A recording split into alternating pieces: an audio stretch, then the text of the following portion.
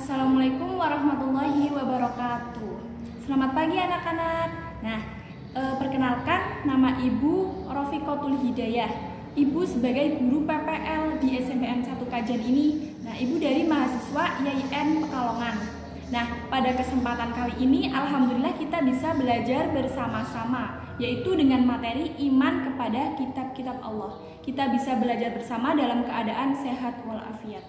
Nah, materi kali ini iman kepada kitab-kitab Allah. Nah, apa sih iman kepada kitab-kitab Allah? Nah, dengan pengertian iman sendiri itu berasal dari kata amana yu'minu imanan, yang berarti itu percaya atau meyakini. Jadi iman kepada kitab-kitab Allah artinya itu percaya atau meyakini dengan sepenuh hati akan adanya kitab-kitab Allah yang diturunkan kepada para nabi dan rasul kepada umatnya untuk dijadikan sebagai pedoman hidup di dunia, petunjuk hidup di dunia. Jadi dengan adanya kitab itu kita itu hidupnya itu akan lebih terarah, terarah selalu mengarah kepada kebaikan yang nantinya itu tidak akan tersesat. Nah, jadi ibarat itu kalian di jalan naik motor.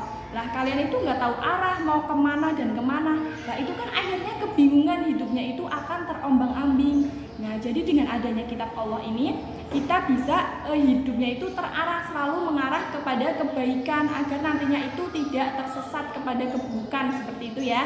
Nah di sini apa sih hukumnya iman kepada kitab Allah? Nah, hukum iman kepada kitab Allah ini untuk hukumnya itu wajib. Nah, sedangkan perintah untuk kita beriman kepada kitab Allah itu dijelaskan dalam Quran surat Al-Baqarah ayat 4. Nah, ayatnya itu berbunyi Bismillahirrahmanirrahim. Walladzina yu'minuna bima unzila ilaika wa ma unzila min qablik. Nah, itu ayat tersebut itu menjelaskan tentang perintah iman kepada kitab-kitab Allah. Nah, jadi kitab Allah ini kan termasuk wahyu dari Allah ya. Nah, wahyu dari Allah itu tidak hanya berbentuk kitab saja, tetapi juga ada yang berbentuk suhuf. Nah, apa sih suhuf? Suhuf itu lembaran-lembaran, jadi tidak berupa kitab gitu loh. Nah, apa sih perbedaan suhuf dengan kitab? Nah, kalau suhuf itu masih bentuk lembaran-lembaran yang terpisah, sedangkan kitab itu sudah dibukukan, sudah jadi buku. Nah, selain itu kitab lebih lengkap daripada suhuf. Nah, di sini ada kitab-kitab Allah yang diturunkan oleh Allah kepada nabi dan rasul, itu yang wajib kita yakini itu ada 4. Yang pertama yaitu kitab Taurat. Kitab Taurat itu diturunkan kepada Nabi Musa, kepada Bani Israel pada abad 15 sebelum Masehi. Yang kedua itu kitab Zabur. Nah, kitab Zabur ini diturunkan kepada Nabi Daud alaihi salam. Nah, kepada untuk umat Israel.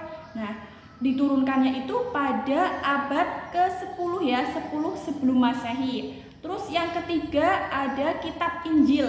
Nah, kitab Injil ini diturunkan kepada Nabi Isa pada abad 1 Masehi. Nah, diturunkan untuk siapa umatnya? Yaitu untuk kaum Nasrani.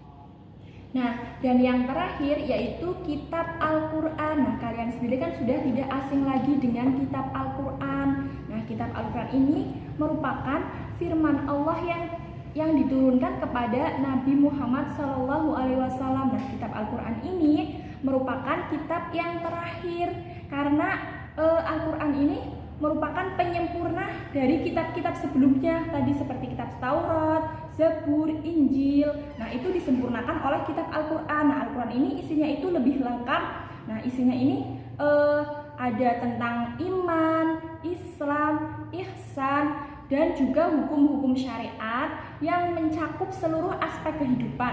Nah, jadi ketika kita berpegang teguh kepada Al-Quran, insya Allah itu hidupnya itu akan terarah, akan selalu menuju ke arah kebaikan dan tidak akan tersesat ke arah keburukan seperti itu ya. Nah, dan Al-Quran ini itu sangat istimewa, ketika kita membacanya aja sudah bernilai ibadah.